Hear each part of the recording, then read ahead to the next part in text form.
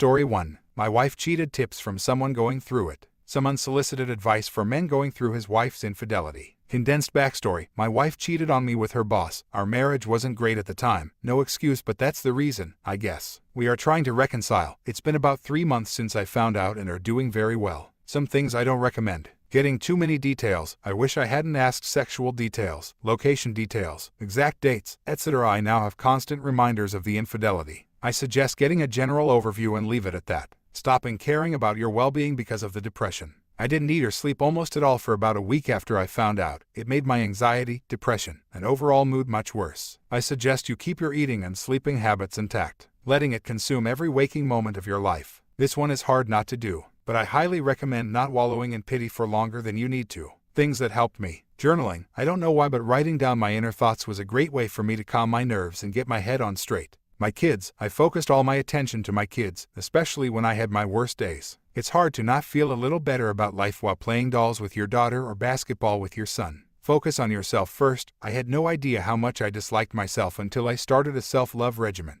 I've never put myself first. My life was nothing more than a man whose actions revolved around raising kids and meeting deadlines. I had my kids at 18 years old and I immediately focused my life on being a parent and provider first, second, and third. I didn't know who I was at all. My routine involved complimenting myself out loud multiple times throughout the day, making lists about my strengths, my accomplishments, and things I liked about myself. I also made lists about what I would change and started working on those faults I have. Loving yourself is an absolute key to healing, in my opinion. Having a plan for bad days, intrusive thoughts. A sentence I like to say to myself when I get that sinking feeling and think about the past was nothing in the past can change. It's up to you how you want to feel in the present and future. Also, and this has helped me tremendously the last couple of weeks, is that moving forward, anytime I dredge up old details or feelings, I immediately change the subject of my thoughts to something else. For me, that's basically how can I be a better person right now. It's been 3 months since my D-Day. I still hurt and have bad days, but I feel like I'm getting on with my life fairly well. I've read some posts from others that are not doing as well, so my hope is to share my story and advice to hopefully help someone during their tough times.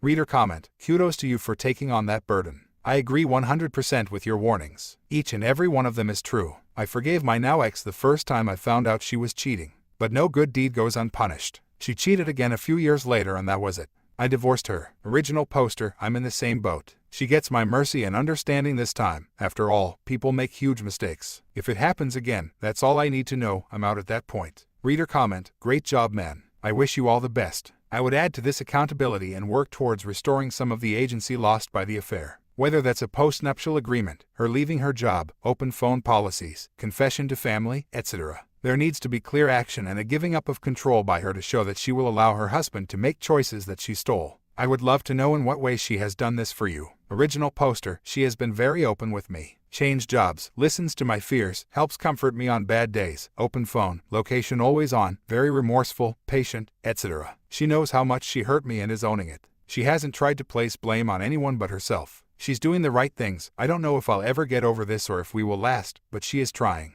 Reader comment. That's great. The triggers will never go away, but they do lessen year over year. In time. Original poster. I know they won't, which is why I told others to not dig for info they don't need. I have 10x more things to be triggered from than if I just got the general outline. Story 2. Having issues reconciling my lack of feelings for her. She was my world. From the moment I set eyes on her, I was smitten. When she told me that she had always been attracted to me, I soared. When she told mutual friends how amazing and considerate, loving and caring I was, I decided at that moment that I was hers. When we started, I was on cloud 9. Everyone knew the love that I had for this woman, and people came out of the woodwork, explaining how they knew her, how she wasn't really the type to be honest, faithful, or loving, but I didn't care what they had to say. She was my best friend, my lover, my world, and I was committed to giving her everything that I could. I wouldn't be like the others. I would honor and cherish her, and that meant being understanding at times, forgiving at times, being the man and the husband that was always beneficial. She was first, and when she knew that, without question, how she could walk away, well, she answered that question in stunning relief. Those she claimed had abused her were the competition. They didn't even need to be relentless in their pursuit of her. She was constantly inviting them in, overtly, and for each just a friend she vouched for. There were 3 that she kept hidden, who would suddenly manifest in what she ascribes as innocuous, which turns out were absolutely not. She cheated the first time and was above board. She admitted it and swore that it was a mistake that she would never make again. She actually attributed it to a reason she needed to seek professional help. She admitted that she didn't know why she did it, but that she had done it with someone who had harmed her before, and she regretted it profusely. A month later she had left me for him. Then began the roller coaster. 3 months away, and then she asked to return although she was pregnant with his child. A month later she was gone again, back to him again, but secretly hoping that the child was mine. She stayed with him for 4 years, all the while dreaming and making plans with me, explaining her journey into her own dark side and seemings, and exulting in the new her and the changes that the therapist helped her achieve. My love remained pure and undaunted. I am so madly in love with this woman that I held on to the impossibility of her changes. The improbability of our potential nirvana was lost on me. It was a foregone conclusion no matter how many ways she showed me that her changes were as much illusion to her as they were to me. When she finally came back,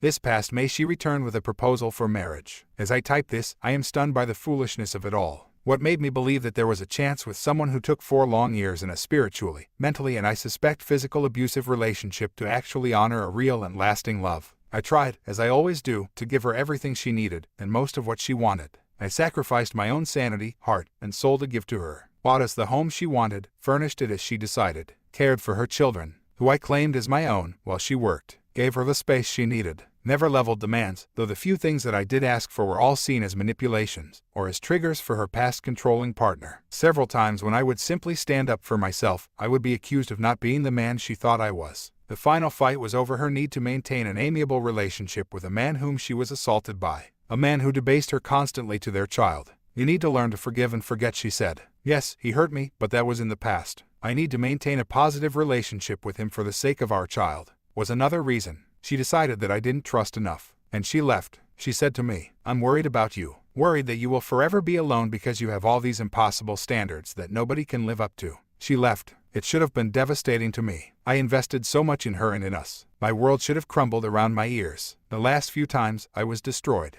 But you know what? It wasn't. I haven't cried, haven't yelled or cursed the heavens. I haven't grown cynical of love, or judgmental of women or relationships. I haven't shied away from affection or attraction. I have a beautiful home that I love. I have a wonderful cat that she left behind. I have learned to look at all I did and realize that I am capable of incredible amounts of love. I am ready to share that with someone who can appreciate it and love the same way in return. What I am reconciling now, what's very, very hard for me, is that I feel nothing. Never once had the urge to call her. And that's not me. For the past 4 years there was never a day that I didn't dream of her. Dream of holding her, loving her, and showing her what true love looks like, feels like. And that dream still lives on in me. But now, the leading lady no longer has a face. I'm struggling with this. It's been 2 months. Am I broken? Reader comment, you're over her and you should be. Sounds like narcissist. Original poster, true, and yes. I don't throw either of the N-words around lightly, but in this case I came to the realization that narcissism is what's really at play here. Reader comment, you have a chance to start fresh. Never look back at her. Original poster, I have started over anew. Last week I met an incredible woman, and I'm going for it. Full speed ahead. But I can't promise to never look back. She is exquisite to behold, and dreams die really hard for me. Reader comment, I'm gonna say some preaky stuff I heard before, but you never loved her, only the idea of her. You're realizing who she is and subconsciously knew what she was capable of.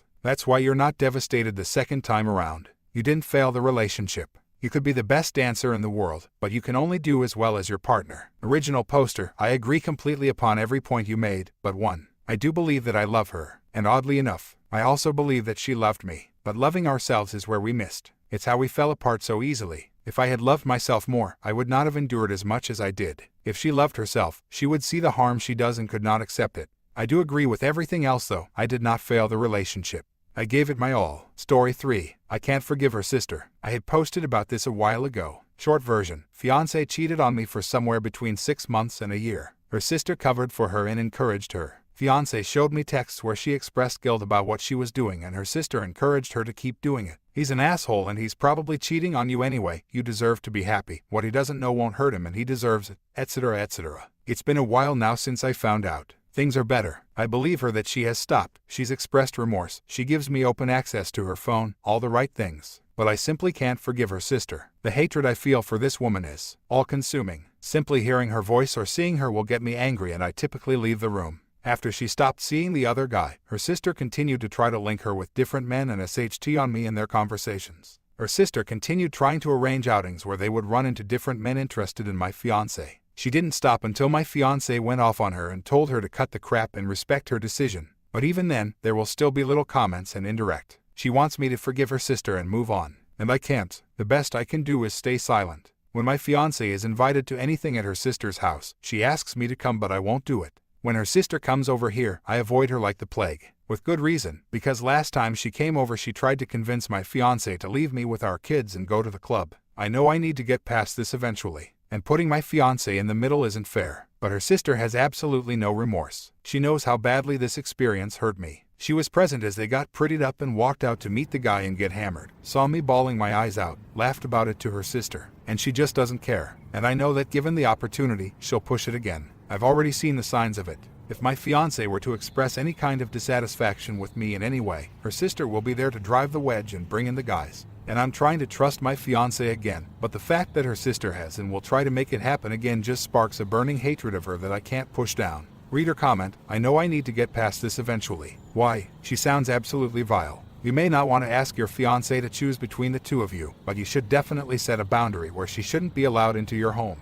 Original poster, because I don't want to keep reliving all this every time I hear her voice or see her face. She is absolutely vile, a disgusting human being in every way. Reader comment, yeah, but like you're aware, one of the big reasons I imagine that you can forgive your fiancé is because she admitted her faults, apologized, and is working on regaining your trust. What is her sister going to do to come to you and apologize? Hard to forgive someone who's not asking to be forgiven. Original poster, I wouldn't accept it if she did. The only way she would do that is if my fiancé pressured her to do so. It would be meaningless to me. She's already shown that she has no remorse, and her glee at seeing me in pain shows her true colors. A while ago I told my fiancé you don't decide whether someone is a good person based on how they treat the people they love and care for. You're supposed to be good to them. You base it on how they treat the people they don't love and they don't care for, the people they're not obligated to be good to. That's the measure. And your sister is just a bad person. She looked uncomfortable but didn't say much. Reader comment, you already are letting her in your house. This is a person who broke reasonable boundaries in your relationship. It is totally inappropriate for her to be alone with the sister who is actively attempting to sabotage your relationship.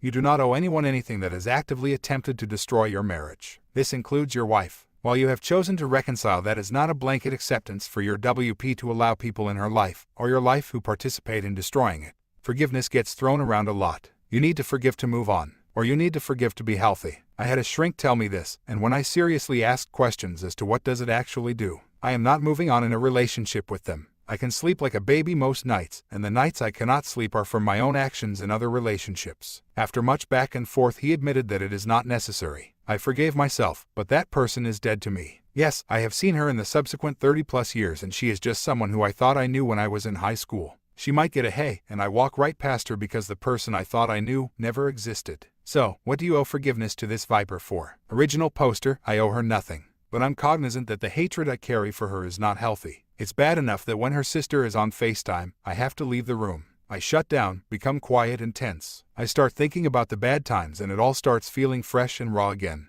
It starts up like a broken record in my head. The time she has been at our home, I stayed on the opposite side of the house. My partner complained to me about this once. I shouldn't have to choose between my own family and my man. You don't need to be friends, but you should be mature enough to coexist. She doesn't get upset when you're around, she doesn't care. To which I responded, I didn't create this situation. You did, and she happily helped. You expressed remorse, apologized, asked for another chance, and are showing me all of that. Obviously, she doesn't care. She has no remorse. She didn't get betrayed like I did. So, she has nothing to be upset about when it comes to me. I have every reason to not want to be within 10 miles of this person. She hasn't brought it up since, and it's been about 4 months since her sister was here, but the holidays are coming, and I overheard a conversation around maybe them visiting on Xmas.